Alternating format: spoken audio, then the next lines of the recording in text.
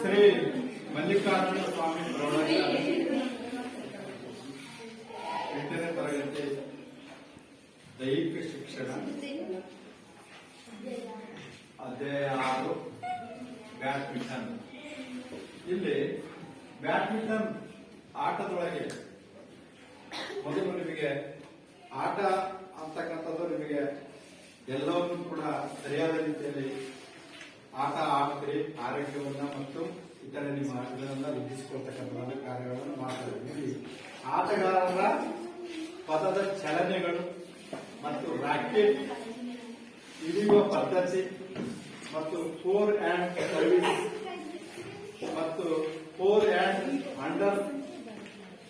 Under hand receive ಮತ್ತು return ಅಂತಕ್ಕಂಥದನ್ನ ಈ ಒಂದು ಬ್ಯಾಡ್ಮಿಂಟನ್ ಆಟಗಳಲ್ಲಿ ನೀವು ಕಲಿತಕ್ಕಂಥದ್ದು ಇದೆ. ನೀವು 8ನೇ ತರಗತಿ ವಿದ್ಯಾರ್ಥಿಗಳಿಗೆ ಏನಪ್ಪಾ ಅಂದ್ರೆ ಮೊದಲು ಇತಿಹಾಸವನ್ನ ತಿಳ್ಕೊಳ್ಬೇಕಾಗತ್ತೆ. ಆಟಗಳ ಇತಿಹಾಸ ತಿಳ್ಕೊಳ್ಬೇಕು, ಮೈದಾನದ ಪರಿಚಯವನ್ನು ತಿಳ್ಕೊಳ್ಬೇಕು. ಇವೆಲ್ಲ ನೀವು 8ನೇ ತರಗತಿಯಲ್ಲಿ ತಿಳ್ಕೊಳ್ಬೇಕಂದ್ರೆ ಮುಂದೆ ನಿಮಗೆ ಆಟದೊಳಗೆ ಎಲ್ಲಾ ರೀತಿ ಇದಾಗ್ತದೆ ಅಂತಕ್ಕಂಥದ್ದು. ಇಲ್ಲಿ ಬ್ಯಾಡ್ಮಿಂಟನ್ ನಮ್ಮ ದೇಶದಲ್ಲಿ ಜನಪ್ರಿಯವಾದ ಆಟವಾಗಿದೆ. ಇದನ್ನ ಒಳಾಂಗಣ ಮತ್ತು ಹೊರಾಂಗಣದಲ್ಲಿ ಮನೋಲ್ಲಾಸ ಮತ್ತು ದೈಹಿಕ ಸಾಮರ್ಥ್ಯ ಹೆಚ್ಚಿಸಿಕೊಳ್ಳಲು ಆಡುತ್ತಾರೆ. ಈ ಆಟದಲ್ಲಿ ಕೌಶಲ್ಯಗಳು, ವೇಗ, ಹೊಂದಾಣಿಕೆ ಗುಣಗಳು ವೃದ್ಧಿಸುವಂತ ಒಂದು ಇದರಲ್ಲಿ ಇರ್ತಕ್ಕಂಥ. ಈ ರೀತಿಯಾಗಿ ನೀವು ಏನಪ್ಪಾ ಅಂದ್ರೆ ದೈಹಿಕ ಸಾಮರ್ಥ್ಯವನ್ನ ಹೆಚ್ಚಿಸಿಕೊಳ್ಬೇಕಾಗ್ತದೆ, ಕೌಶಲ್ಯದ ವೇಗವನ್ನ ಹೊಂದಾಣಿಕೆ ಮಾಡಿಕೊಳ್ಬೇಕಾಗ್ತದೆ ಮತ್ತು ಟೀಮಿನಲ್ಲಿ ಇರ್ತಕ್ಕಂಥ ಪ್ಲೇಯರ್ಸ್ ಅನ್ನ ಹೊಂದಾಣಿಕೆ ಮಾಡಿಕೊಳ್ಬೇಕಾಗ್ತದೆ. ಇಲ್ಲಿ ಹೊಂದಾಣಿಕೆ ಇದ್ದರೆ ಮಾತ್ರ ಅಲ್ಲಿ ಯಾವುದೇ ಒಂದು ಟೀಮ್ ಗೆಲ್ಲಲಿಕ್ಕೆ ಸಾಧ್ಯ. ಒಂದಕ್ಕೊಂದು ಟೀಮಿನಲ್ಲಿ ಹೊಂದಾಣಿಕೆ ಇರಲಿಲ್ಲ ಅಂತಂದ್ರೆ ಇದು ಗೆಲ್ಲಲು ಅಸಾಧ್ಯವಾಗ್ತದೆ. ಆ ಕಾರಣದಿಂದ ನೀವು ಇದನ್ನ ಆಟಗಾರರ ಪದದ ಚಲನೆಗಳನ್ನ ನಾವು ನೋಡ್ತೀವಿ. ಇಲ್ಲಿ ಆಟಗಾರರ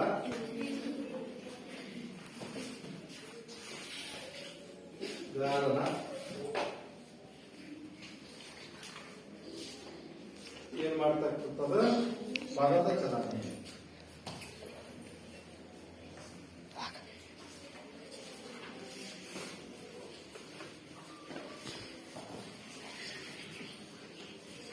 ಚಲನೆಗಳು ಏನಪ್ಪಾ ಇದು?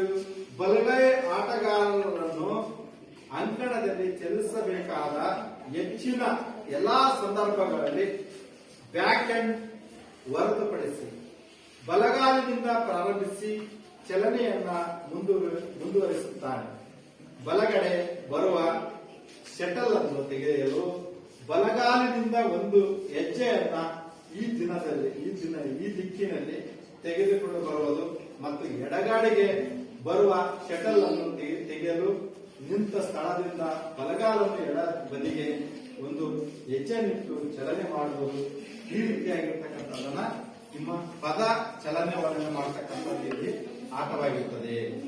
ಇದು ಆಟಗಾರರ ಪದದ ಚಲನೆಗಳು ಇಲ್ಲಿ ನೋಡಿದಾಗ ಇಲ್ಲಿ ಒಂದು ಹೆಜ್ಜೆ ಆ ದಿಕ್ಕಿನಲ್ಲಿ ತೆಗೆದುಕೊಂಡಾಗ ಅಲ್ಲಿ ಆಟ ಯಾವ ರೀತಿಯಾಗಿ ಇದು ಮಾಡಬೇಕು ಅಂತ ಬರುವುದು ಅಂತಕ್ಕಂಥದ್ದು. ಎಡಗಡೆಗೆ ಬರುವ ಶಟಲ್ ಅನ್ನು ತೆಗೆಯಲು ನಿಂತ ಸ್ಥಳದಿಂದ ಬಲಗಾಲಿನ ಎಡ ಬದಿಗೆ ಒಂದು ಹೆಜ್ಜೆಯನ್ನಿಟ್ಟು ಚಲನೆಯನ್ನ ಮಾಡುವುದು. ಇದನ್ನೇ ನಾವು ಆಟಗಾರನ ಪದದ ಚಲನೆಗಳು ಅಂತ ಕರಿತೀವಿ. ಇಲ್ಲಿ ರಾಕೆಟ್ ಹಿಡಿಯುವ ಪದ್ಧತಿ, ರಾಕೆಟ್ ಅನ್ನು ಯಾವ ರೀತಿಯಾಗಿ ಹಿಡಿಯಬೇಕು ಅಂತ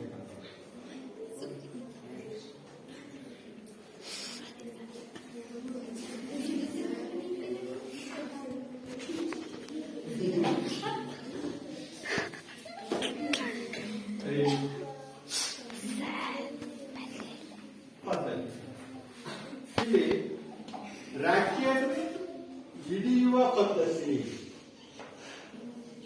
ಯಾವ ರೀತಿಯಾಗಿ ಅದನ್ನ ಹಿಡ್ಕೋಬೇಕು.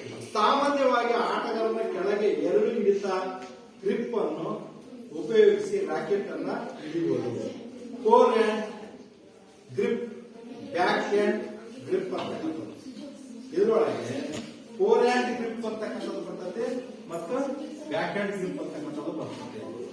ಯಾರಲ್ಲಿ ಈ ಒಂದು ರಾಕೆಟ್ ಹಿಡಿಯುವ ಪದ್ಧತಿಯೊಳಗೆ ಇಲ್ಲಿ ಆಟಗಾರನು ತನ್ನ ಬಲಭಾಗದಲ್ಲಿ ಬರುವ ಎಲ್ಲಾ ಅಂಕಣದ ಮಧ್ಯಭಾಗ, ಮುಂಭಾಗ, ಹಿಂಭಾಗ ಸೆಟಲ್ ಅನ್ನು ತೆಗೆದುಕೊಳ್ಳಲು ಮತ್ತು ಬಲಭಾಗದಿಂದ ಸರ್ವಿಸ್ ಮಾಡಲು ಫೋರ್ ಹ್ಯಾಂಡ್ ಗ್ರಿಪ್ ಕೌಶಲ್ಯವನ್ನು ಉಪಯೋಗಿಸುವವನು ಈ ರೀತಿಯಾದ ಹಿಡಿತದಲ್ಲಿ ಆಟಗಾರನ ಹೆಬ್ಬೆರಳು ಮತ್ತು ತೋರು ಬೆರಳ ಮಧ್ಯೆ ಆಂಗ್ಲ ಭಾಷೆಯ ವಿ ಆಕಾರವನ್ನು ನಿರ್ಮಿಸಬೇಕಾಗುವುದು.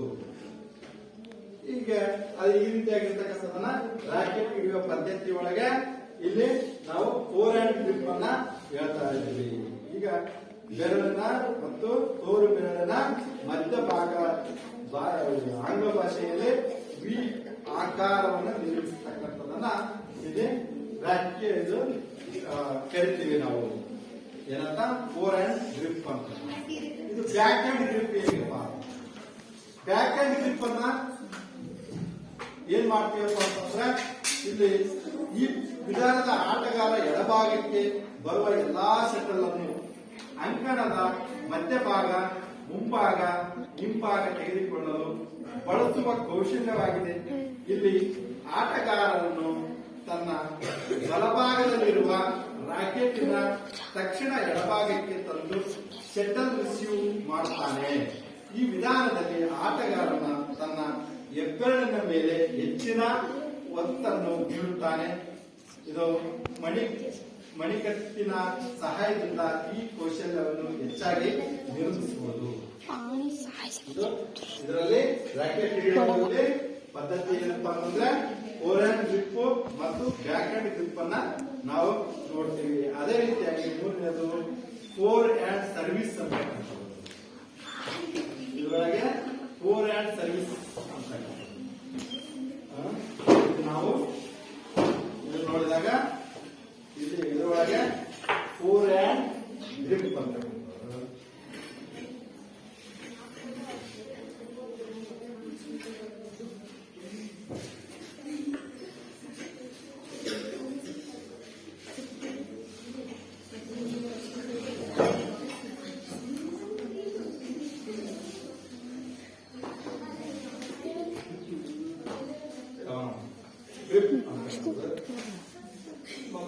Back hand grip.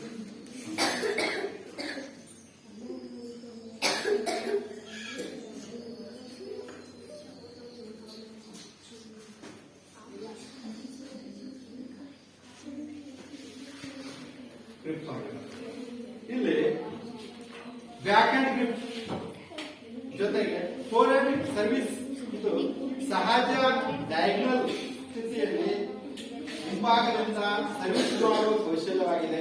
ಇಲ್ಲಿ ಆಟಗಾರನು ತನ್ನ ಸೊಂಟದ ಕೆಳಭಾಗದಿಂದಲೇ ಸರ್ವಿಸ್ ಮಾಡಬೇಕು ಮತ್ತು ಈ ಸಂದರ್ಭದಲ್ಲಿ ಅಂಕಣದ ಯಾವುದೇ ರೇಖೆ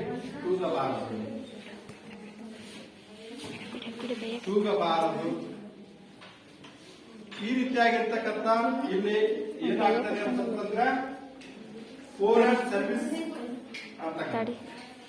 ಈ ಭಾಗಕ್ಕೆ ನಾವೇನ್ ಮಾಡ್ತೀವಿ ಅಂತಂದ್ರೆ ಈ ಡಯಾಗ್ನಲ್ ಸಿಸ್ಟಮ್ ಅಲ್ಲಿ ನಾವು ಏನ್ ಮಾಡ್ತೀವಿ, ಇದನ್ನ ಸರ್ವಿಸ್ ಮಾಡ್ತೀವಿ. ಇದು ಅಪೋಸಿಟ್ ಟೀಮ್ಗೆ ಸೇಫ್ ಕೋರ್ಟಿಗೆ ಬಿಡಬಾರದು, ಅಪೋಸಿಟ್ ಆಗಿ ಇರಬೇಕು. ಈ ರೀತಿಯಾಗಿ ಡಯಾಗ್ನಲ್ ಸಿಸ್ಟಮ್ ಅಲ್ಲಿ ಏನ್ ಮಾಡ್ತಾರೆ ಅಂತಂದ್ರೆ ಸರ್ವಿಸ್ ಅನ್ನು ಮಾಡ್ತಕ್ಕಂಥದ್ದು. ಅದು ಸೊಂಟದ ಕೆಳಗಿನ ಭಾಗದಲ್ಲಿ ಇರಬೇಕು. ಸೊಂಟದ ಕೆಳಭಾಗದಿಂದ ಸರ್ವಿಸ್ ಅನ್ನ ಮಾಡ್ತಕ್ಕಂಥದ್ದನ್ನ ನಾವು ನೋಡ್ತೀವಿ. ಇಲ್ಲಿ ಯಾವ ರೀತಿಯಾಗಿ ಸಂದರ್ಭಗಳನ್ನ ರೇಖೆ ತೂಗುವ ಅಂಕಣದ ಯಾವುದೇ ರೇಖೆಗಳು ತೂಗುಕೊಳ್ಳೋದು. ಇಲ್ಲಿ four hand under hand service receive ಅಥವಾ ರಿಟರ್ನ್ ಅಂತಕ್ಕಂಥದ್ದು. ಆಟಗಾರನು ತನ್ನ ಬಲಭಾಗದಲ್ಲಿ ಕಡೆ ಬರುವ ಎಲ್ಲಾ ಸಿಕ್ಕುಗಳನ್ನು ಪಡೆದುಕೊಳ್ಳುವ ಮತ್ತು ಕೌಶಲ್ಯಕ್ಕೆ ಫೋರ್ ಹ್ಯಾಂಡ್ ರಿಸೀವ್ ಅಥವಾ ರಿಟರ್ನ್ ಎನ್ನುವುದು ಅವಶ್ಯಕತೆಯಾಗಿರುತ್ತದೆ. ಇಲ್ಲಿ ತಕ್ಕಂತೆ ಸಣ್ಣ ಅಥವಾ ದೊಡ್ಡ ಹೆಜ್ಜೆಗಳನ್ನು ಇಡುತ್ತಾ ಚಟಲಿನ ಹತ್ತಿರಕ್ಕೆ ಹೋಗಿ ಫೋರ್ ಹ್ಯಾಂಡ್ ಗ್ರಿಪ್ ಮುಖಾಂತರ ಈ ಕೌಶಲ್ಯವನ್ನ ನಿರ್ವಹಿಸಲಾಗುತ್ತದೆ. ಇಲ್ಲಿ ಕಾಲುಗಳು ಮತ್ತು ಕೈಗಳು ಅವಶ್ಯಕತೆ ತಕ್ಕಂತೆ ಚಾಚುವುದು ಮತ್ತು ದೃಷ್ಟಿಯನ್ನ ಶರೀರದಲ್ಲಿ ಸೆಟಲ್ನ ಬೇರೆ ಇರುವುದು ಇದು ಅತ್ಯವಶ್ಯಕವಾಗಿರ್ತಕ್ಕಂಥದ್ದು ಆಗಿರುತ್ತದೆ. ಇಲ್ಲಿ ಮುಖ್ಯವಾಗಿ ಏನಪ್ಪಾ ಅಂತಂದ್ರೆ ಪಾಸ್ ಮಾಡಿ ಓಲ್ಡ್ ಅಂಡರ್ ಅಂಡ್ ಇಶ್ಯೂ ಅಥವಾ ರಿಟರ್ನ್ ಮಾಡ್ತಕ್ಕಂಥದ್ದನ್ನ ಇಲ್ಲಿ ಬ್ರಾಕೆಟ್ ನ ಒಂದು ಇದ್ರೊಳಗೆ ನಾವು ನೋಡ್ತೇವೆ. ಈ ರೀತಿ ನೀವು ಇದನ್ನ ಮಾಡ್ಕೊಳ್ಳೋದ್ರಿಂದ ಏನಾಗ್ತಂದ್ರೆ ಸೆಟಲ್ ಹಿಡಿತವನ್ನ ನಾವು ನೋಡ್ಬೇಕಾಗ್ತದೆ. ಯಾವ ರೀತಿಯಾಗಿ ಆಟಗಾರನ ಬಲಗಾರಿ ಕಡೆಗೆ ಮತ್ತು ಬರುವಂತ ಕಡೆ ಬರುವ ಎಲ್ಲಾ ಸೆಟ್ಗಳ ಕಡೆಗೆ ಬರ್ತಕ್ಕಂಥ ಕೌಶಲ್ಯಕ್ಕೆ ಫೋರ್ ಅಂಡ್ ರಿಸೀವ್ ಅಥವಾ ರಿಟರ್ನ್ ಎಂಬುದು ಇದು ಅವಶ್ಯಕತೆ ಇರ್ತಕ್ಕಂಥ ಸಣ್ಣ ಅಥವಾ ದೊಡ್ಡ ಹೆಜ್ಜೆಗಳನ್ನು ಸೆಟಲ್ ಹತ್ತಿರಕ್ಕೆ ಹೋಗಿ ಫೋರ್ ಅಂಡ್ ಗ್ರಿಪ್ ಮುಖಾಂತರ ಈ ಕೌಶಲ್ಯವನ್ನ ನಿರ್ವಹಿಸಲಾಗುತ್ತದೆ. ಇಲ್ಲಿ ಕಾಲುಗಳು ಮತ್ತು ಕೈಗಳು ಅವಶ್ಯಕತೆ ತಕ್ಕಂತೆ ಚಾಚುವುದು ಮತ್ತು ದೃಷ್ಟಿಯ ಇದಾಗ್ತದೆ. ಈಗ ಆಟ ಆಡುವಾಗ ಡೈನಲ್ ಸಿಸ್ಟಮ್ ಅಲ್ಲಿ ಆಟ ಆಡ್ತಕ್ಕಂಥದ್ದನ್ನು ನೋಡಿದಾಗ ಅಲ್ಲಿ ಕೈ ಕಾಲುಗಳು ಮತ್ತು ಬ್ಯಾಟಿನ ಮುಖಾಂತರ ಚಲನವಲನ ಆಗ್ತಾ ಇರ್ತದೆ. ಅದು ಸಮಯಕ್ಕೆ ಸಂದರ್ಭಕ್ಕೆ ಅನುಸಾರವಾಗಿ ಅದು ರಾಕೆಟ್ ಮತ್ತು ಯಾವ ರೀತಿಯಾಗಿ ಇದಾಗ್ತದೆ ಆ ರೀತಿಯಾಗಿ ಓಡಾಡಿ ಮತ್ತೆ ಇದು ಮಾಡಬೇಕಾಗ್ತದೆ. ಅವಾಗ ನಿಮ್ಮ ಚತುರತೆ ಕಷ್ಟ ಸಹಿಷ್ಣುತೆ ಅಂತಕ್ಕಂಥದ್ದು ಹೆಚ್ಚು ಬೇಕಾಗ್ತದೆ. ನಿಮ್ಮ ಸಾಮರ್ಥ್ಯ ಕೂಡ ಹೆಚ್ಚು ಇದು ಇರಬೇಕಾಗ್ತದೆ, ಸ್ಟ್ರೆಂತ್ ಇರಬೇಕಾಗ್ತದೆ. ಆ ರೀತಿಯಾಗಿರ್ತಕ್ಕಂಥದ್ದನ್ನು ನಾವು ಇಲ್ಲಿ ಏನು ನೋಡ್ತಿರ್ತೀವಿ. ಹೀಗೆ ಇಲ್ಲಿ ಮುಖ್ಯವಾಗಿ ಏನಪ್ಪಾ ಅಂತಂದ್ರೆ ಈ ಒಂದು ಚಟಲಿನ ಇದರಲ್ಲಿ ಶಟಲಿನ ಒಂದು ಮೈದಾನವನ್ನು ನೋಡ್ತಿದ್ದಾರೆ. ಬೆಳವಣಿಗೆಯಾಗಿದೆ ಅಂದ್ರೆ ಬ್ಯಾಡ್ಮಿಂಟನ್ ಆಟದ ಬೆಳವಣಿಗೆ ಮತ್ತು ಅದರ ಬಗ್ಗೆ ಯಾವ ರೀತಿಯಾಗಿ ಇರ್ತಕ್ಕಂಥದ್ದನ್ನು ನೋಡ್ತಾರೆ. ಮತ್ತೆ ಬ್ಯಾಡ್ಮಿಂಟನ್ ಆಟವು ಪ್ರಾಚೀನ ಕಾಲದಿಂದಲೂ ಒಂದು ಪ್ರಚಲಿತವಾಗಿರ್ತಕ್ಕಂಥ ಇತ್ತೀಚಿನ ದಿನಗಳಲ್ಲಿ ತುಂಬಾ ಜನಪ್ರಿಯತೆಯನ್ನ ಪಡೆದುಕೊಂಡಿರ್ತಕ್ಕಂಥ ಸಂದರ್ಭವಾಗಿರ್ತದೆ. ಈ ಆಟ ಸೀಮಿತವಾಗಿರದೆ ಜನರ ಆರೋಗ್ಯವನ್ನು ಕಾಪಾಡಲು ಮತ್ತು ಮನೋಲ್ಲಾಸಕ್ಕೆ ಇದನ್ನ ಆಡುವುದು ಸಾಮಾನ್ಯವಾಗಿ ನೋಡುತ್ತೇವೆ. ಇದು ತುಂಬಾ ಸಂತೋಷ ನೀಡತಕ್ಕಂಥದ್ದು, ಇಲ್ಲಿ ಭಾಗದ ಜನರಲ್ಲಿ ಅಭಿರುಚಿ ಮೂಡಿಸತಕ್ಕಂಥದ್ದು ಆಟವಾಗಿರುತ್ತದೆ. ಕಡಿಮೆ ಜಾಗದಲ್ಲಿ ಕಡಿಮೆ ಸಲಕರಣೆಗಳಿಂದಲೇ ಆಡಬಹುದು. ಈ ಆಟವನ್ನ ಚಿಕ್ಕ ಮಕ್ಕಳಿಂದ ವಯೋವೃದ್ಧಿಯಾಗುವವರೆಗೂ ಕೂಡ ಆಡುವುದನ್ನ ನಾವು ಕಾಣ್ತೇವೆ. ಇದು ಇದರ ಒಂದು ಈ ಒಂದು ಇತಿಹಾಸ ಏನಪ್ಪಾ ಇದೆ ಅಂತಂದ್ರೆ ಇದು ನೋಡಿದಾಗ ಇಲ್ಲಿ 1873ರಲ್ಲಿ 1873ರಲ್ಲಿ ಇಂಗ್ಲೆಂಡಿನ ಗ್ಲೋಸೆಸ್ಟರ್ ಪೀರಿಯಲ್ ಡ್ಯೂ ಫೋರ್ಟ್ ಮನೆಯಲ್ಲಿ ಸಂತೋಷಕೂಟವೊಂದನ್ನು ಏರ್ಪಡಿಸಲಾಯಿತು. ಅಲ್ಲಿಗೆ ಆಗಮಿಸಿದ ಅತಿಥಿಗಳು ಮನರಂಜನೆಗೋಸ್ಕರ ಈ ಆಟವನ್ನು ಪ್ರಾರಂಭಿಸಿದರು.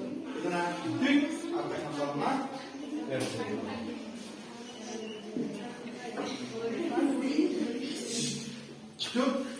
ಅಂತಕ್ಕಂಥ ಒಂದು ಮನೆಯಾದ ಬ್ಯಾಡ್ಮಿಂಟನ್ ಹೌಸ್ ನಲ್ಲಿ ಈ ಆಟವನ್ನು ಆಡಿದ್ದರಿಂದ ಇದಕ್ಕೆ ಬ್ಯಾಡ್ಮಿಂಟನ್ ಎಂದು ಹೆಸರು ಬಂದಿದೆ. ಭಾರತದ ಆಂಗ್ಲ ಸೈನ್ಯ ಅಧಿಕಾರಿಗಳು ಈ ಆಟವನ್ನ ಕಂಡುಕೊಳ್ಳುತ್ತಿದ್ದರಿಂದ ಆಗ ಈ ಆಟಕ್ಕೆ ಪೂನಾ ಎಂದು ಕರೆಯಲಾಗುತ್ತಿತ್ತು. ಕ್ರಮೇಣ ಇಂಗ್ಲೆಂಡ್ ಬ್ಯಾಡ್ಮಿಂಟನ್ ಫೆಡರೇಷನ್ ಸ್ಥಾಪನೆಗೊಂಡ ಆಲ್ ಇಂಗ್ಲೆಂಡ್ ಚಾಂಪಿಯನ್ಶಿಪ್ ಪ್ರಾರಂಭವಾಯಿತು. ಈ ಒಂದು ಚಾಂಪಿಯನ್ಶಿಪ್ ಅಂತಾರಾಷ್ಟ್ರೀಯ ಮಟ್ಟದಲ್ಲಿ ಶ್ರೇಷ್ಠ ಮಟ್ಟದ ಚಾಂಪಿಯನ್ಶಿಪ್ ಎಂದೆನಿಸಿಕೊಂಡಿದೆ. ಬ್ಯಾಡ್ಮಿಂಟನ್ ಅಧಿಕೃತವಾಗಿ 1992ರಲ್ಲಿ ಬಾರ್ಸಿಲೋನಾ ಒಲಿಂಪಿಕ್ನಲ್ಲಿ 1992ರಲ್ಲಿ ಇದು ಬ್ರಾಸಿಲ್ ಒಲಿಂಪಿಕ್ ಅಂತಕ್ಕಂಥದ್ದು ಏನಾಯ್ತು, ಸೇರ್ಪಡೆ ಆಯಿತು. ಬಾರ್ಸಿಲೋನಾ ಒಲಿಂಪಿಕ್ನಲ್ಲಿ ಸ್ಥಾನಮಾನವನ್ನ ನೀಡಲಾಯಿತು. ಅಲ್ಲಿ ಇದನ್ನ ಏನ್ ಮಾಡ್ತಕ್ಕಂಥದನ್ನ 1997ರಲ್ಲಿ ಇದನ್ನೊಂದು ಜೈನರಾಗಿ ಮಾಡಿದರು. ಇದರ ಮತ್ತೆ ಇದರ ಜೊತೆಗೆ ಆಟಗಾರರ ಜೊತೆಗೆ ಇದು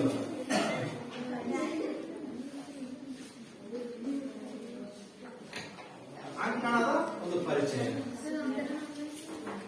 ಅಂಕಣ ಅಂತಂದ್ರೆ ಮೈದಾನ. ಆ ಮೈದಾನದೊಳಗೆ ಯಾವ ರೀತಿಯಾಗಿ ಇರಬೇಕು ಅಂತಕ್ಕಂಥದನ್ನ ಅಂಕಣ ಪರಿಚಯವನ್ನ ನಾವು ನೋಡ್ತೀವಿ. ಇಲ್ಲಿ ಅಂಕಣದ ಪರಿಚಯ ಬ್ಯಾಡ್ಮಿಂಟನ್ ನಲ್ಲಿ ಸಿಂಗಲ್ಸ್, ಡಬಲ್ಸ್ ಹಾಗೂ ಮಿಶ್ರ ಡಬಲ್ಸ್ ಪಂದ್ಯಗಳು ನಡೀತವೆ. ಸಿಂಗಲ್ಸ್ ಮತ್ತು ಡಬಲ್ಸ್ ಮತ್ತು ಮಿಶ್ರಣ ಪಂದ್ಯದ ಇದು ನಡೀತಾ ಇರ್ತದೆ. ಇಲ್ಲಿ ನಡೆಸಲಾಗ್ತದೆ. ಇದು ಸಿಂಗಲ್ ಚಿತ್ರವನ್ನು ತೋರಿಸಿದಂತೆ ಇಲ್ಲಿ ಬದಿ ರೇಖೆಯ ಒಳಗಿನ ಅಂಕಣ ಮಾತ್ರ ಅನ್ವಯವಾಗುತ್ತದೆ. ಇಲ್ಲಿ ಡಬಲ್ಸ್ ನಲ್ಲಿ ಪೂರ್ತಿ ಅಂಕಣ ಡಬಲ್ಸ್ ಬದಿ ರೇಖೆಯಿಂದ ಅನ್ವಯವಾಗುತ್ತದೆ. ಡಬಲ್ಸ್ ನಲ್ಲಿ ಸರ್ವಿಸ್ ಮಾಡಿದ ಸೆಟಲ್ ಅಂಕಣದ ಹಿಂದಿನ ಬಾಕ್ಸ್ ನಲ್ಲಿ ಬೀಳಕೂಡದು. ಆದರೆ ಸಿಂಗಲ್ಸ್ ನಲ್ಲಿ ಆಟ ನಡೆದಾಗ ಇದು ಸರ್ವಿಸ್ ಮಾಡಿದ ಸೆಟಲ್ ಹಿಂದಿನ ಬಾಕ್ಸ್ ನಲ್ಲಿ ಏನಾದರೂ ಬಿದ್ದರೆ ಸರಿ ಎಂದು ಪರಿಗಣಿಸಲಾಗುವುದು. ಅಂಕಣವನ್ನ ಸಾಮಾನ್ಯವಾಗಿ ಇಲ್ಲಿ ವಿಭಜಿಸಲು ಒಂದು ಮಧ್ಯ ರೇಖೆ ಇರುತ್ತದೆ. ಸರ್ವಿಸ್ ರೇಖೆಯ ಕೊನೆಯಲ್ಲಿ ಇದನ್ನ ನಾವು ನೋಡ್ತಕ್ಕಂಥದನ್ನ ಮಾಡ್ತೀವಿ. ಇಲ್ಲಿ ಏನಪ್ಪಾ ಅಂತಂದ್ರೆ ಯಾವ ರೀತಿಯಾಗಿ ಇದನ್ನ ಅಂಕಣವನ್ನ ರಚನೆ ಮಾಡತಕ್ಕಂಥದನ್ನ ನಾವು ರೇಖೆಯವರಿಗೆ ಹೀಗಾಗಿ ಎಡ ಬಲ ಅಂಕಣ ಎಂದು ಗುರುತಿಸಿಕೊಳ್ಳುತ್ತದೆ. ಇದು ಚಿತ್ರದಲ್ಲಿ ತೋರಿಸಿದಂತೆ ಬಲ ಸರ್ವಿಸ್ ಕ್ಷೇತ್ರ, ಎಡ ಸರ್ವಿಸ್ ಕ್ಷೇತ್ರ, ಇಲ್ಲಿ ರೇಖೆಯ ಶಾರ್ಟ್ ಸರ್ವಿಸ್ ಕೇಂದ್ರ ಮತ್ತು ಬದಿ ರೇಖೆಗಳು, ಕೊನೆಯ ರೇಖೆಗಳು, ಲಾಂಗ್ ಸರ್ವಿಸ್ ಕ್ಷೇತ್ರ ಹೀಗೆ ಕ್ರಮಬದ್ಧವಾಗಿರುತ್ತದೆ. ಅಂಕಣದ 4 ಮೂಲೆಗಳಲ್ಲಿ ಬಾಕ್ಸ್ಗಳನ್ನು ನಾವು ಕಾಣಬಹುದು. ಸಿಂಗಲ್ಸ್ ನಲ್ಲಿ ಆಗಲಿ ಡಬಲ್ಸ್ ನಲ್ಲಿ ಸರ್ವಿಸ್ ಮಾಡಿದ ಸೆಟಲ್ ಮೂಲೆಗಳಲ್ಲಿರುವ ಬಾಕ್ಸ್ ಒಳಗಡೆ ಬಿದ್ದರೆ ತಪ್ಪು ಎಂದು ಪರಿಗಣಿಸಲಾಗುವುದು. ಸಿಂಗಲ್ಸ್ ನಲ್ಲಿ ಆಟ ನಡೆಯುತ್ತಿರುವಾಗ ಮೂಲೆಯ ಬಾಕ್ಸ್ ನಲ್ಲಿ ರ್ಯಾಲಿ ಶಟಲ್ ಬಿದ್ದರೆ ತಪ್ಪು ಎಂದು ಡಬಲ್ಸ್ ಆಟದ ರ್ಯಾಲಿಯ ಸಂದರ್ಭದಲ್ಲಿ ಮೂಲೆಯಲ್ಲಿರುವ ಬಾಕ್ಸ್ ನಲ್ಲಿ ಶಟಲ್ ಬಿದ್ದರೆ ಸರಿ ಎಂದು ಪರಿಗಣಿಸಲಾಗುವುದು. ಈ ರೀತಿಯಾಗಿರ್ತಕ್ಕಂಥ ಆಟದ ನಿಯಮಗಳನ್ನ ನಾವು ನೋಡಿದಾಗ ಇಲ್ಲಿ ಏನು ಸರ್ವಿಸ್ ಮಾಡ್ತಕ್ಕಂಥ ಡಯಾಗ್ನಲ್ಸ್ ನಲ್ಲಿ ಇದನ್ನ ನಾವು ನೋಡ್ತೀವಿ. ಅದರದ್ದು ಬಾಕ್ಸ್ಗಳು ಇರ್ತವೆ. ಆ ಬಾಕ್ಸಿನ ಒಳಗೆ ಬಿದ್ದರೆ ಮಾತ್ರ ನಾವು ಪಾಯಿಂಟ್ ಅನ್ನ ಇದು ಮಾಡಬೇಕಾಗ್ತದೆ. ಇಲ್ಲಿ ಮುಖ್ಯವಾಗಿರ್ತಕ್ಕಂಥದನ್ನ ನಾವು ನೋಡಿದಾಗ ಇಲ್ಲಿ ಸಿಂಗಲ್ಸ್ ಮತ್ತು ಡಬಲ್ಸ್ ಬ್ಯಾಡ್ಮಿಂಟನ್ ಅನ್ನ ಈ ಚಿತ್ರವನ್ನು ನೋಡಿದಾಗ ಯಾವ ರೀತಿಯಾಗಿ ಇದೆ ಅಂತಕ್ಕಂಥದ್ದು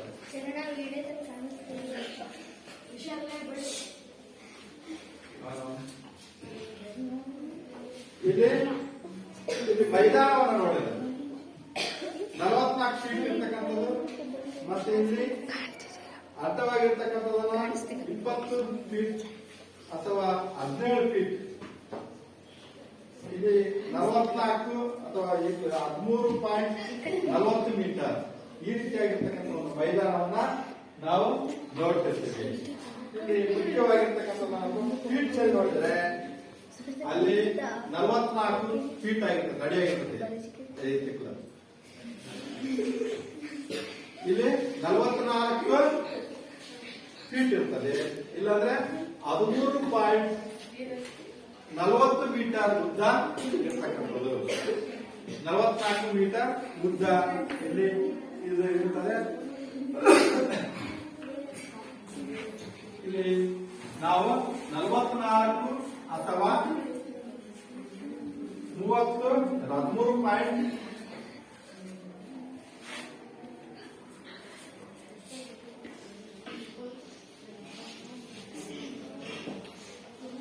ಇದು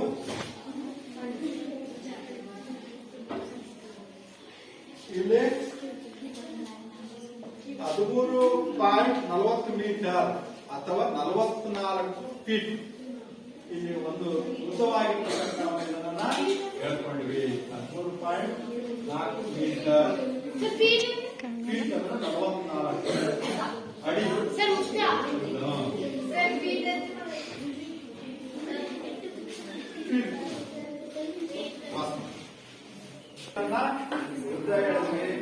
ಅಗಲ ಇಲ್ಲಿ ಎಷ್ಟು ಇದನ್ನ ಕಟ್ ಮಾಡಿದ್ಯಾ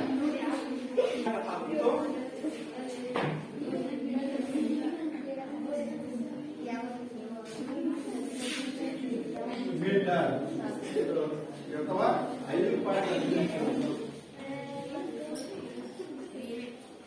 ಸೆಂಟಿಮೀಟರ್. ಇಷ್ಟು ನಾವೇನ್ ಮಾಡ್ತೀವಿ ಅಂದ್ರೆ ಇದನ್ನ ಮಾಡ್ಕೊಳ್ತೀವಿ. ಏನ್ ಮಾಡ್ತೀವಿ ಎಷ್ಟನ್ನ ಮಾಡ್ತೀವಿ.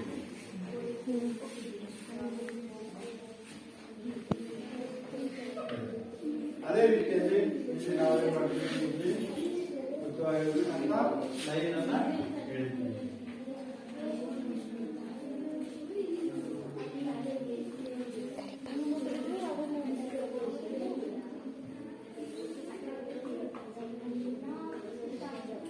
ಏನೇನ ಹೇಳಿದ್ವಿ ಅದರ ಜೊತೆಯಲ್ಲಿ ಇಲ್ಲಿ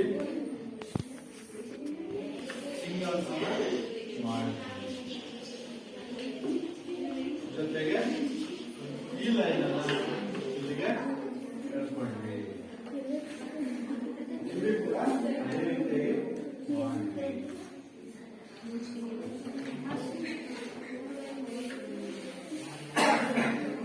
ಇದು ಜೊತೆಗೆ ಇಲ್ಲಿ ಬರ್ತಕ್ಕಂಥ ಒಂದು ಇದನ್ನ ಲೈನ್ ಅನ್ನ ಇಲ್ಲೊಂದು ಲೈನ್ ಅನ್ನ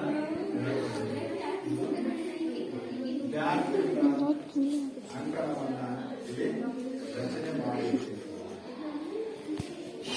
ರಚನೆ ಮಾಡಿದಾಗ ಇಲ್ಲಿ ಯಾವ ರೀತಿಯಾಗಿರ್ತಕ್ಕಂಥ ಒಂದು ಪೋಸ್ಟ್ ಅನ್ನ ಮತ್ತು 7.36 mm ಅನ್ನ ನಾವು ನೋಡಿದ್ವಿ. ಇಲ್ಲಿ ಇದು 3.96 3 ಮೀಟರ್ 96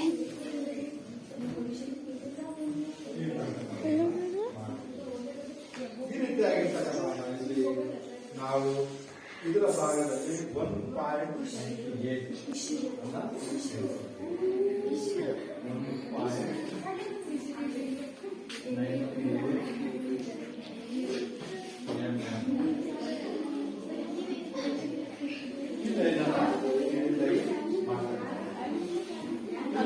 ಚಾಂಪಿಯನ್ಶಿಪ್ ನಲ್ಲಿ ಇದುವರೆಗೂ ಭಾರತ ಪಾರ್ಲಿಮೆಂಟ್ ಚರ್ಚಿಸಿರುವ ಅಂಕಣದ ಅಳತೆಯ ಒಂದು ಅಂಕಣದಲ್ಲಿ ಸಿಂಗಲ್ಸ್ ಮತ್ತು ಡಬಲ್ಸ್ ಪಂದ್ಯಗಳನ್ನ ನಾವು ನೋಡ್ತೀವಿ. ಸಿಂಗಲ್ಸ್ ಮತ್ತು ಡಬಲ್ಸ್ ಪಂದ್ಯಗಳಲ್ಲಿ ನಡೆಸುವುದರಿಂದ ಅಳತೆಗಳು ಬೇರೆ ಬೇರೆ ಆಗಿರುವುದು ಗಮನಿಸುವುದು. ಇಲ್ಲಿ ಬೇರೆ ಬೇರೆ ಆಗಿರ್ತಕ್ಕಂಥ ಸಿಂಗಲ್ಸ್ ಅಂತಂದ್ರೆ ಅಗಲ 5 ಸಿಂಗಲ್ಸ್ ನಲ್ಲಿ 5.18 ಮೀಟರ್ ಅಥವಾ 17 ಅಡಿಗಳು ಇರ್ತದೆ. ಮತ್ತೆ ಉದ್ದ 13.40 ಮೀಟರ್ 44 ಅಡಿ ಇರುತ್ತದೆ ಅಂತ ನಾನು ಅವಾಗ ಹೇಳಿದೆ. ಜೊತೆಗೆ ಡಬಲ್ಸ್ ಒಳಗೆ ಉದ್ದ ಅಗಲ 6.10 ಏನೋ ಡಬಲ್ಸ್ ಒಳಗಿರ್ತದೆ 20 ಅಡಿಗಳು. ಮತ್ತೆ ಉದ್ದ ಮಾತ್ರ ಅದು ಇಲ್ಲಿ 20 ಅಡಿಗಳು 20 ಅಡಿಗಳು ಅಂತ ನಾವು ನೋಡ್ತೀವಿ. ಈ ರೀತಿಯಾಗಿರ್ತಕ್ಕಂಥದ್ದನ್ನು ನಾವು ಇಲ್ಲಿ ಈ ಒಂದು ಕಂಬದಿಂದ ಚಾರ್ಟ್ ಸರ್ವಿಸ್ ರೇಖೆಯವರೆಗೂ ಇರುವ ಅಂಕ 1.98 ಮೀಟರ್ 6.6 ಅಂಕಣದಲ್ಲಿ ಹಿಂದಿನ ಬಾಕ್ಸ್ 0.76 2.6 ಅಂಕಣದ ಪಕ್ಕದ ಬಾಕ್ಸ್ಗೆ 0.46 ಮೀಟರ್ ಇರ್ತದೆ. 0.46 ಇರ್ತದೆ. ಸ್ವಲ್ಪ ಪಾಸ್ ಮಾಡು. ಇಲ್ಲಿ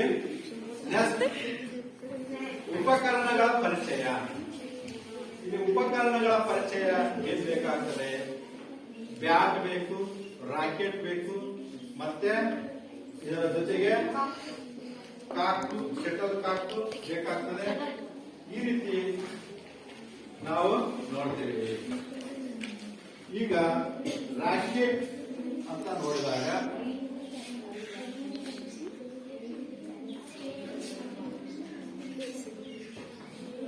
ರಾಕೆಟ್ ಅಂತ ಬ್ಯಾಡ್ಮಿಂಟನ್ನಲ್ಲಿ ಬಳಸುವ ರಾಕೆಟ್ನ ತಲೆಭಾಗ ಅಂಡಾಕೃತಿಯಲ್ಲಿದ್ದು ತಂತಿಯಿಂದ ಗಟ್ಟಿಯಾಗಿ ಎಳೆಯಲ್ಪಟ್ಟಿರುತ್ತದೆ. ಆ ರಾಕೆಟಿನ ಒಟ್ಟು ಉದ್ದ 68 ಸೆಂಟಿಮೀಟರ್ ಇರುತ್ತದೆ. 68 ಸೆಂಟಿಮೀಟರ್ ರಾಕೆಟಿನ ಉದ್ದ ಇರುತ್ತದೆ. ಕೇಳ್ತದೆ ಈ ಪ್ರಶ್ನೆಗಳು.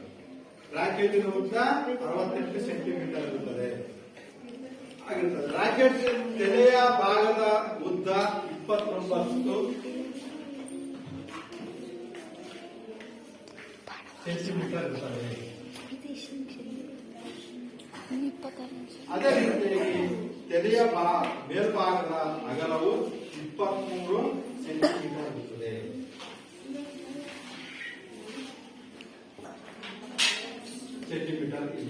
ಇದು 73 ಗ್ರಾಮದಿಂದ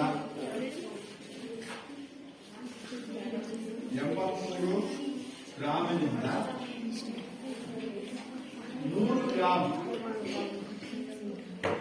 ಈ ರಾಕೆಟಿನ ಇದು ಮೀರಬಾರದು.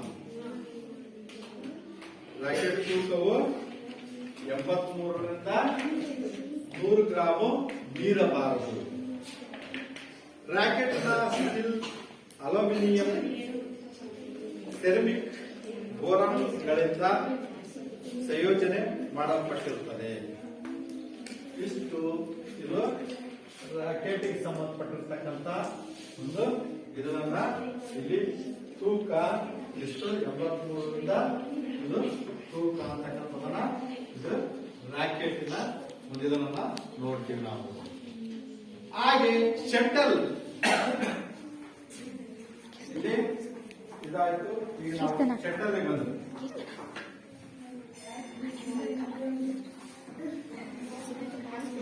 ಶಟಲ್ ಇಂದ ಸಾಮಾನ್ಯವಾಗಿ ಸಿಂಥೆಟಿಕ್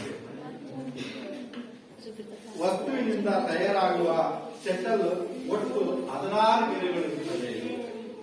16 ಗೆರೆಗಳು ಇರುತ್ತವೆ. 16 ಗೆರೆಗಳು ಹೊಂದಿರುತ್ತವೆ. ಗೆರೆಗಳ ತೆರೆಭಾಗದಿಂದ ಕಾಕ್ ಬೇಸಿನವರೆಗೆ 62 ಮಿಲಿಮೀಟರ್ ಇಂದ 70 ಮಿಲಿಮೀಟರ್ ಅಳತೆಯಲ್ಲಿ ಇರುತ್ತದೆ. ಹಾಗೂ ಗೆರೆಗಳು ತುದಿಯಲ್ಲಿ ಏರ್ಪಡಿಸುವ ವ್ಯತ್ಯಾಸ, ವೃತ್ತದ ವ್ಯತ್ಯಾಸ 58 ಮಿಲಿಮೀಟರ್, ಅದು 68 ಮಿಲಿಮೀಟರ್ ಆಗಿರುತ್ತದೆ. ಅಲ್ಲದೆ ಬೇಸ್ ಕೆಳಭಾಗದಲ್ಲಿ ಸುತ್ತಳತೆ 25 ಮಿಲಿಮೀಟರ್ ನಿಂದ 28 ಮಿಲಿಮೀಟರ್ ಇರುತ್ತದೆ. ಶಟಲಿನ ತೂಕ 4.74 ಗ್ರಾಮಿನಿಂದ 5.50 ಗ್ರಾಮದವರೆಗೆ ಈ ಒಂದು ಶಟಲ್ ಇರುತ್ತದೆ ಅಂತ ನಾವು ಮಾಡ್ತೀವಿ. ಇದು ಜಾಳಗಿ ಮತ್ತು ನೆಟ್ಟಿನ ಉಳಿದು ಹೇಗೆ ಇರ್ತದೆ ಅಂತ ನಾವು ನೋಡ್ತೀವಿ.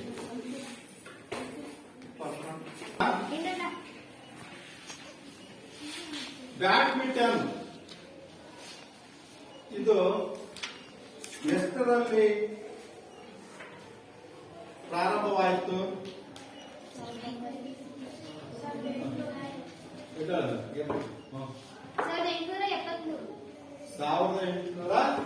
1873ರಲ್ಲಿ ಇದನ್ನ ಯಾವ ದೇಶದವರು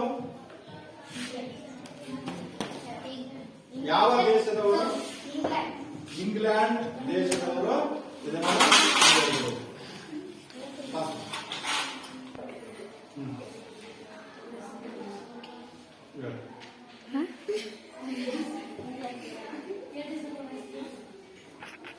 ಇಂಗ್ಲೆಂಡ್ ದೇಶದವರ ಹೆಸರೇನು ಪಾಸ್ ಮಾಡಿದೆ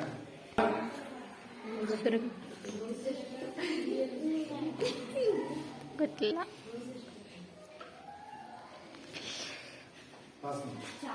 ಗೋಸ್ಟಾರ್ ಸೀರಿಯಲ್ ಬಿಫೋರ್ ಮನೆಯಲ್ಲಿ ಸಂತೋಷ ಕುಟುಂಬದೊಂದಿಗೆ ಏರ್ಪಡಿಸಿರ್ತಕ್ಕಂಥ ಒಂದು ಇದು ಆಗಿರುತ್ತದೆ. ಬ್ಯಾಡ್ಮಿಂಟನ್ ದುಡ್ಡಿನಲ್ಲಿ ಯಾವ ಒಂದು ಮನೆಯಲ್ಲ ಈ ಬ್ಯಾಡ್ಮಿಂಟನ್ಗೆ ಒಂದು ಹೌಸ್ ಹೆಸರನ್ನ ಇಟ್ಟಿದ್ರು. ಯಾವ ಹೌಸ್ ಅದು? ಯಾವ ಹೌಸ್? ಯಾವ ಹೌಸ್?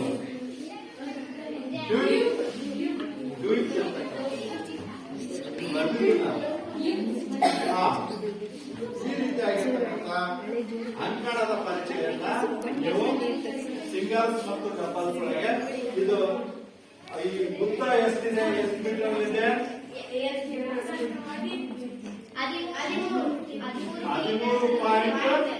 13.40 ಮೀಟರ್ ಉದ್ದ ಇದೆ. ಇದು ಅಗಲ ಎಷ್ಟಿದೆ? 6 ಮೀಟರ್. ಅಂಕಣದ ಒಂದು ಪರಿಚಯ ಆಯಿತು. ಈ ರೀತಿಯಾಗಿರ್ತಕ್ಕಂಥದನ್ನ ನಾವು ಬ್ಯಾಡ್ಮಿಂಟನ್ ಆಟದ ಮುಖ್ಯವಾಗಿರ್ತಕ್ಕಂಥ ಇದನ್ನ ನಾವು ಏನ್ ಕಂಡ್ವಿ, ಇತಿಹಾಸ ಕಂಡ್ವಿ. ಯಾವ ರೀತಿಯಾಗಿ ಇದರದ ಪ್ರಸ್ತಾವನೆಯೊಳಗೆ ಇತಿಹಾಸ, ಅಂಕಣದ ಪರಿಚಯ, ಇಲ್ಲಿ ಸಿಂಗಲ್ಸ್ ಮತ್ತು ಡಬಲ್ಸ್ ಇರ್ತಕ್ಕಂಥದ್ದು, ರಾಕೆಟ್ ಮತ್ತು ಶಟಲ್. ರಾಕೆಟ್ ಗ್ರಾಮ ಎಷ್ಟಿರ್ತದೆ? 83 ಗ್ರಾಮ್. 83ರಿಂದ 100 ಗ್ರಾಮ್ ತೂಕ ಇರ್ತದೆ. ಮತ್ತೆ ಇಲ್ಲಿ ಎಷ್ಟು ಸೆಂಟಿಮೀಟರ್ ಇರ್ತದೆ? ಅದು 68 ಸೆಂಟಿಮೀಟರ್. ಇಷ್ಟು ನಿಮಗೆ ಈ ಶಟಲ್ ಬ್ಯಾಡ್ಮಿಂಟನ್ ಬಗ್ಗೆ ನಿಮಗೆ ಗೊತ್ತಾಗಿರ್ತಕ್ಕಂಥದನ್ನ ನಾವು ನೋಡ್ತಾ ಇದ್ದೀವಿ. ಎಷ್ಟು ನಿಮಿಷ ಆಯ್ತು?